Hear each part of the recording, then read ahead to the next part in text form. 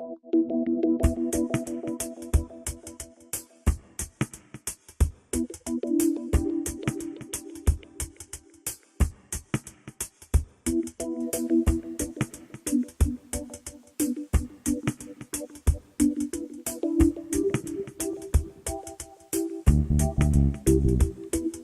1er au 7 octobre 2012, s'est déroulée au Trait et dans ses environs la seconde édition de la Semaine de l'eau organisée par la Fédération départementale des chasseurs de Seine-Maritime. Au cœur de ce dispositif, la maison des associations au Trait, transformée pour la circonstance en marais avec un naturama pour y découvrir la faune et la flore des zones humides et des milieux aquatiques. Des aquariums peuplés de poissons d'eau douce, sans oublier la remarquable exposition du parc naturel régional des Boucles de la Seine normande, Tamit-et-Bot.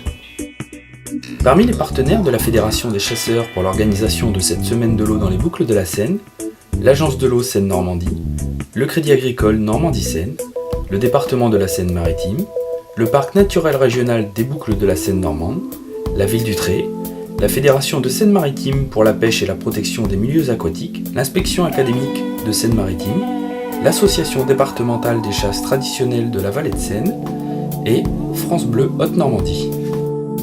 En semaine, au Trait, a eu lieu l'accueil des scolaires de la circonscription de Canteleu, soit 15 classes primaires en liaison avec l'éducation nationale. Une partie des animations a eu lieu en salle, avec la mise en évidence de l'adaptation des espèces végétales et animales au milieu dans lequel elles vivent et leur interdépendance, la mise en évidence du rôle essentiel des zones humides dans le cycle de l'eau. Des animations ont également eu lieu sur une mare du marais communal du Trait, avec pour objectif évaluer la qualité de l'eau de la mare à partir d'indices biotiques simplifiés grâce à une pêche collective de la microfaune. Ou à quoi ça a servi une mare? Alors allez-y, vous levez la main comme à l'école pour pas que tout le monde parle en même temps. Vas-y, à quoi ça sert?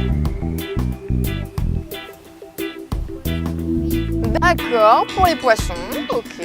Ça, une libellule. Moi, c'est ma mère. J'en ai déjà attrapé au mini. Bah ouais.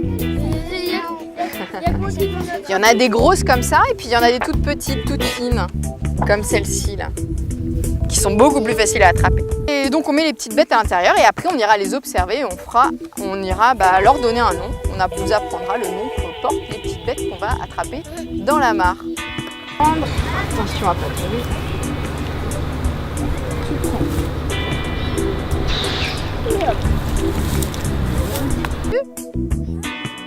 C'est une plante Lego, ça s'appelle la prêle. Papier, donc ça va s'arrêter là. Vas-y. Et tu pêches là. Vous la rafez deux. Vous la rafez.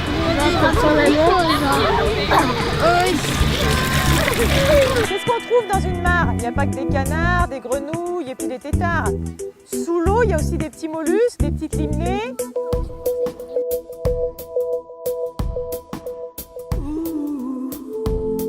Le week-end, des visites guidées ont été proposées au grand public.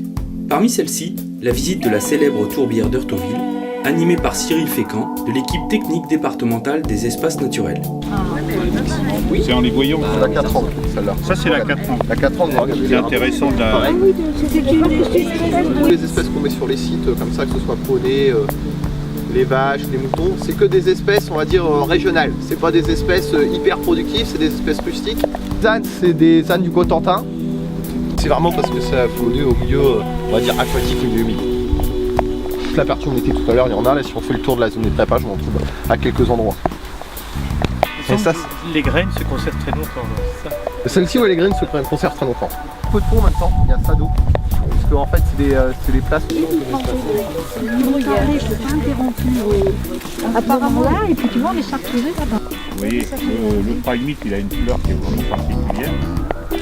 Donc c'est avec ça qu'on couvre les toitures des chaumières.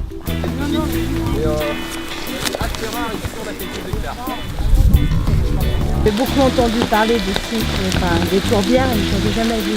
Et là aujourd'hui, j'ai vraiment apprécié. Une autre de ces visites permettait au grand public de découvrir la chasse des migrateurs sur un gabion de chasse de la vallée de Seine. Les terrains ici sont plus bas au niveau de la Seine. On est au niveau à peu près. Et nous là-bas, on est plus haut que le niveau. Alors, on va voir que même avec un flot qui peut paraître sur les remblais, comment ils ont été faits, sur les bords de Seine. Là, ils sont tout le temps ensemble. Et quand vous les séparez, c'est toute la nuit. Ils n'arrêtent pas de siffler. Plateau comme ça, mais sauf qu'en mer, ils sont plus grands. Pour le colvert, on met un peu plus grand. Comme on dit, si on respecte pas nos appelants, on ne va pas chasser. Si on les a pas, on ne va pas chasser. Hein.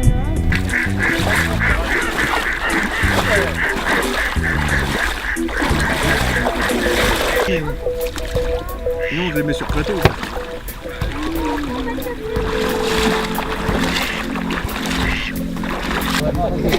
Voilà, et puis, il faut savoir que les canards font partie des oiseaux. Il arrive dans le milieu de la forêt à la lumière,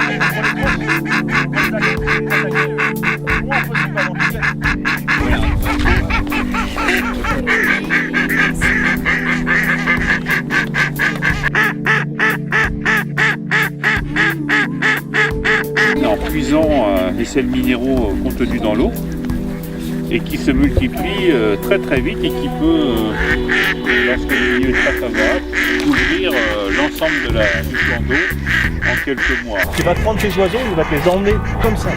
Tourner là, ils vont revenir, descendre, ils vont faire un tour, ils vont repérer, toi comme toi, ils vont descendre et ils vont venir se poser, ils vont poser là devant ou ils vont poser là.